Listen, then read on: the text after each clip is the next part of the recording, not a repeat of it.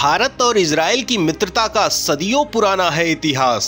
100 वर्ष पूर्व भारतीय सेना ने इस देश को दिलाई थी स्वाधीनता। भारत की घुड़सवार सेना तुर्कों के लिए बन गई थी साक्षात काल। मित्रों, आज भारत और इजराइल के मध्य घनिष्ठ मित्रता है। दोनों देशों के मध्य अत्यंत निकट संबंध हैं। दोनों के मध्य व्यापारिक और रक्षा संबंध भी हैं। भारत और इजराइल भारत के अंदर ही कई शस्त्रों का मिलकर निर्माण करते हैं। कई बार इजराइल ने संकट के समय में भारत की सहायता की है, जबकि इस समय भारत भी इजराइल को आतंकवाद के विरुद्ध सहायता कर रहा है। भारत इजराइल को जहाज भर भर कर गोला बारूद भेज रहा है, जिसकी सहायता से इजरायली सेना गाजा और लेबनान में आतंकियों की कमर तोड़ रही है।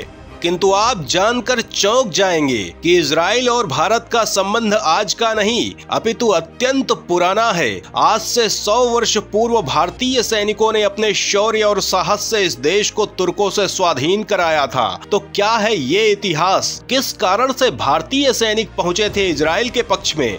जानने के लिए वीडियो को अंत तक देखिए और आगे बढ़ने से पूर्व कृपया वीडियो को लाइक अवश्य करें। प्रथम विश्व युद्ध के समय तुर्कियों ने इजराइल पर कर रखा था आधिपत्य। ब्रिटेन ने भारतीय सैनिकों की सहायता से तुर्की साम्राज्य को बनाया लक्ष्य। ये प्रथम विश्व युद्ध का समय था। इस युद्ध को हाइफा के युद्ध के नाम से जाना जाता है।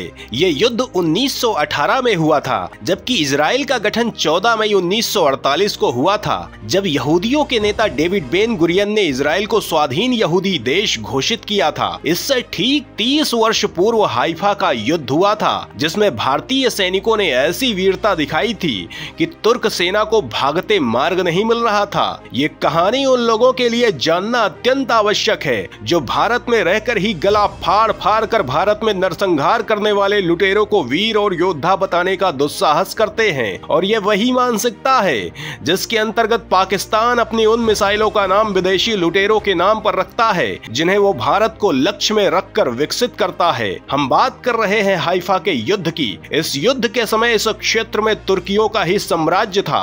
तुर्कों ने प्रथम विश्व युद्ध में जर्मनी का साथ दिया था। इस कारण से ब्रिटिश सेना निरंतर तुर्क साम्राज्य को लक्ष्य बना रही थी। इजराइल का हाइफा शहर इतना महत्वपूर्ण था कि ये वस्तुओं के परिवहन का केंद्र था। इस शहर में महत्वपूर्ण बंदरगाह है। इसी कारण से ब्रिटेन किसी भी मूल्य पर बंदरगाह पर नियंत्रण करना चाहता था। लॉर्ड एनबी ने इस शहर पर आक्रमण की योजना बनाई। इसे मैगिडो अभियान नाम दिया गया था। प्रथम विश्व युद्ध में 13 लाख भारतीय सैनिक ब्रिटेन के पक्ष में युद्ध कर रहे थे। इनमें से 74,000 सैनिकों ने बलिदान दिया था। अंग्रेज सरकार इन सैनिकों की वीरता को सम्मान तो दे न सकी, अपितु उनकी वीरता और साहस की गाथाओं को छुपाने का षड्यंत्र किया गया। किंतु इसके पश्चात भी कई ऐसे इतिहास बन गए जो अमर हो गए।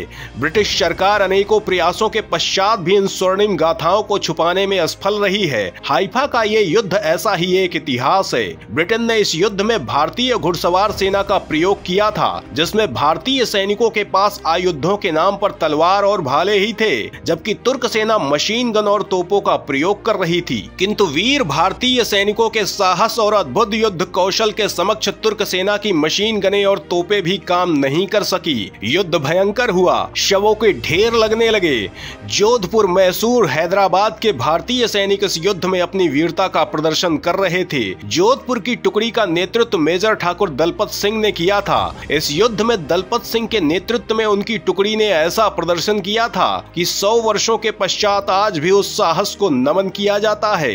दलपत सिंह सहित इस युद्ध में 44 भारतीय सैनिक बलिदान हो गए थे, जबकि 34 सैनिक घायल हो गए थे, जबकि 1500 से अधिक तुर्क सैनिकों को भारतीयों ने धूल चटाई थी। तुर्की के 25 सैन्य अधिकारी और 660 सैनिक पकड़ लिए गए थे। इस युद्ध को अंतिम महान घुड़सवार युद्ध के रूप में भी जाना जाता है। ब्रिटेन की इस विजय ने ऑटोमन साम्राज्य की नींव हिला दी थी और तुर्की की सेना निरंतर निर्बल होती गई। और हाइफा में ब्रिटेन के विजय के केवल 1 महीने के पश्चात ही तुर्की ने आत्मसमर्पण कर दिया।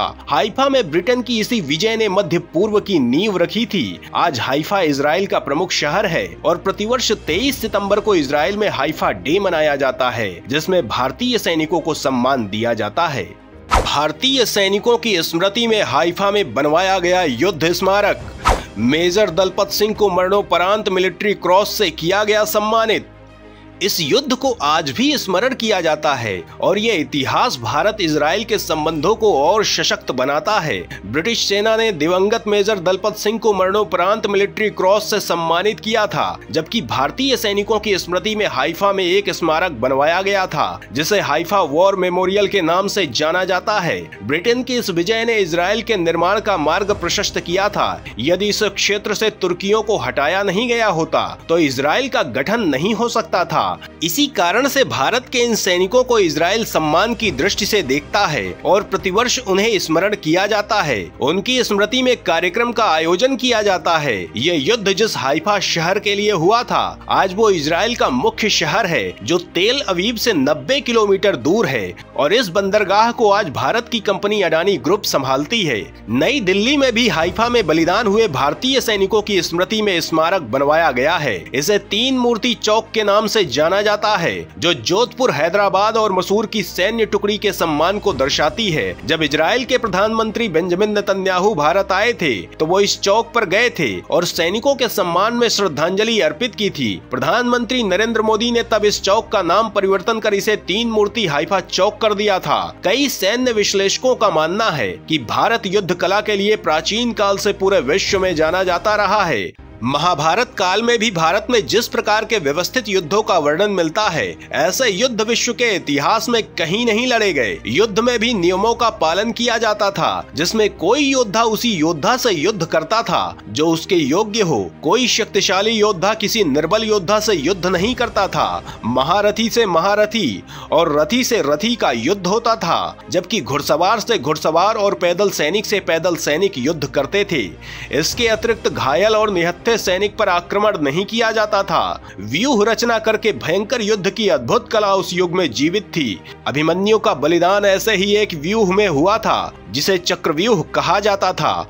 अभिमन्यु की मृत्यु के पश्चात सिंधु नरेश जयद्रथ की सुरक्षा के लिए द्रोण ने कमल व्यूह की रचना की थी। अर्जुन युद्ध कला में अत्यंत कुशल योद्धा थे, जो सभी प्रकार के व्यूह को भेदना जानते थे। कमल व्यूह को उन्होंने तोड़ डाला था। युगों युगों तक भारत में व्यवस्थित युद्ध की परंपरा के कारण ही भारतीय सैनिकों के रक्त में युद्ध कला का प्राकृतिक प्रभाव देखने को मिलता है और जब कभी भी भारतीय सैनिकों को अवसर मिलता है, वो अपने प्रदर्शन से पूरे विश्व को आश्चर्य में डाल देते हैं। हाइफा का इतिहास भी कुछ ऐसा ही है, जहां सुविधाओं के अभाव में भी भारतीयों ने विजय का परचम लहराया था और आज भारत और इजराइल अत्यंत घनिष्ठ मित्र हैं। तो मित्रों, भारत और इजराइल के गहरे संबंधों के पीछे छुपे इस गौरवशाली इतिहास को जानकर आप क्या सोच रहे हैं? कमेंट में अवश्य बताएं। और यदि आपने अभी तक हमारे चैनल को सब्सक्राइब नहीं किया है तो कृपया चैनल को सब्सक्राइब कर हमें अपना समर्थन अवश्य दें। वंदे मातरम।